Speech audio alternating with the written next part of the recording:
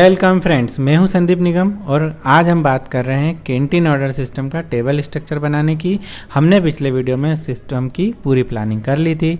अब हम सबसे पहले इसकी जो टेबल है वो बनाना शुरू करते हैं। तो पहले मैं कैंटीन वाला डेटाबेस मेरा बना हुआ उसमें जाता हूं और एक टेबल जो मुझे बनाना है जिसका नाम मुझे रखना है MST आइटम। मुझे कॉलम 4 ही चाहिए, इसलिए यहाँ पर 4 बाय डिफ़ॉल्ट है। मुझे एक आईडी रखना है, इंटीजर 10 रखते हैं हम जनरली।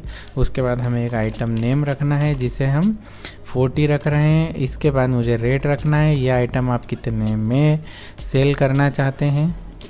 तो आपने यहाँ पर डेसिमल में 9,2 रख लिया है। कम भी रख सकते हैं, इतना नहीं भी आइटम है तो 52 भी रख सकते हैं। जितना आवश्यकता हो उतना रखें। क्लोजिंग का कॉलम हम इसलिए बना रहे हैं कि हम इसमें जो भी आप क्वांटिटी एंटर देंगे उतने का ही ऑर्डर एक्सेप्ट करेगा, उससे ज़्यादा का एक्सेप्ट नहीं करेगा। इसे भी मैं डेसिमल मान के ही यहाँ पर 9,2 कर देता हूँ। अगर आप इस तरह से, वैसे तो डिफ़ॉल्ट 0 ही होते हैं, लेकिन फिर भी मैं ऐसा बोलूँगा कि डेसिमल वाले को आप सभी को बाय डिफ़ॉल्ट 0 कर दो। दो बातें मैंने यहाँ और लिखी, प्राइमरी की और ऑटो इंक्रीमेंट। तो जो हमारा पहला कॉलम है उसे आप ऑटो इंक्रीमेंट कर दो और साथ में प्राइमरी की हो गया है। बस इतना किया। इतना करने के बाद आप एक चीज़ और विशेष ध्यान रखिएगा जो हर बार हम भूल जाते हैं, यहाँ पर INNODB कर दो। ये ऐसा इसलिए किया कि जब हम फॉरेन की कंस्ट्रेंट का उपयोग करेंगे तब हमें कोई इशू नहीं आए। बस इतना किया। इस टेबल को आप यहाँ से सेव कर दीजिए। यह आपकी टेबल बन गई। इसे मैं हाइड कर देता हूँ। यह हमारी टेबल बन के रेडी है ना।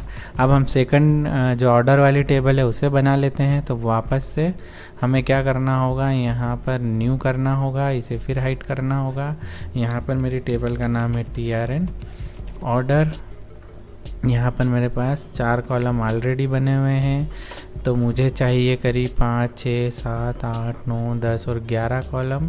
तो मैं यहाँ पर 7 और जोड़ देता हूँ। ठीक है, ये सारे कॉलम आ गए। अब मुझे सबसे पहले चाहिए आईडी, इंटीजर मुझे 10 रखना है। यहाँ पर मुझे DTM ले रहे हैं ना हम, नाम ध्यान रखना है DTM। मैंने डेट और टाइम दोनों रखना चाहते हैं हम इसमें, है ना। उसके बाद मुझे रखना है कस्टमर का नेम। यहाँ पर देखो मोबाइल नंबर वगैरह, ये आप बहुत सारी चीज़ें और रखिएगा।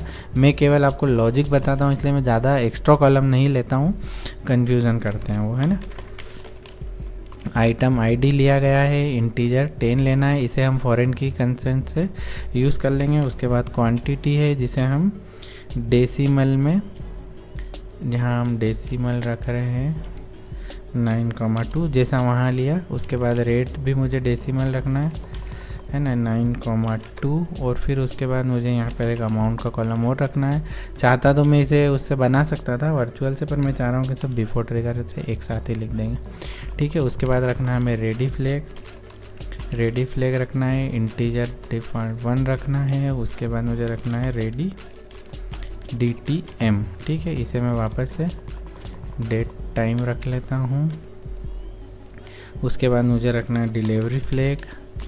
ये मैं मेरे हिसाब से प्लान कर रहा हूँ। अगर आपके इसमें थोड़ा बहुत चेंज हो तो आप कर सकते हैं, है ना। सिर्फ लॉजिक समझ में आना चाहिए। और यदि आप स्टूडेंट हैं और अपने कॉलेज के मेजर माइनर प्रोजेक्ट के लिए बना रहे हैं तो मैं आपसे विशेष अनुरोध करूंगा कि इसको में से केवल लॉजिक को समझना, एज इट इज़ इन चीज़ों को ऐसे कॉपी करके नहीं बनाना चाहिए, क्योंकि इस तरह के जो प्रोजेक्ट होते हैं वो आपके नॉलेज को बढ़ाने के लिए होते हैं। तो आप ऐसे कॉपी वगैरह करके दे देंगे तो वो आप अभी तो पास हो जाएंगे, नंबर ले आएंगे, लेकिन जब आप रियल में प्रोग्रामिंग की फील्ड में उतरेंगे तो आपको बहुत इशू आएंगे। तो समझे और खुद मन से करें। लॉजिक भले आप यहाँ से देख लें और लॉजिक को इम्प्लीमेंट खुद करें।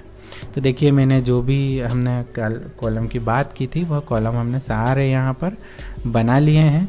और अब हमें जो मेन काम करना है वो करना है। एक तो इसे आप ऑटो इंक्रीमेंट कर दो, है ना, प्राइमरी बन जाएगा। बाकी किसी कॉलम पे हमें इतना काम नहीं करना है। अब हम जब इसे सेव करने के बाद फॉरेन की कंस्ट्रेंट लगाएंगे तो वो आइटम आईडी में लगा देंगे ना। बाकी इधर से किसी में भी कोई भी वो नहीं है। यहाँ पर आप INNODB कर दो और इतना कर इसे सेव कर दो। आपने सेव कर दिया, आपकी टेबल रेडी हो गई। रिलेशनल व्यू में जाएंगे, रिलेशनल व्यू में कंस्ट्रेंट हम CONS है ना, मैं फिक्स रखता हूँ CONS, और जो भी टेबल का नाम होता है वो लिख देता हूँ। हमने जो बनाया टेबल का नाम है, कॉलम का नाम है आइटम ID, और हम इसी डेटाबेस से ले रहे हैं, कैंटीन से। टेबल कौन सी ले रहे हैं हम, हमारे पास है MST आइटम का, हमको ID वाला कॉलम लेना है। दोनों की हमने लिंकिंग कर दी।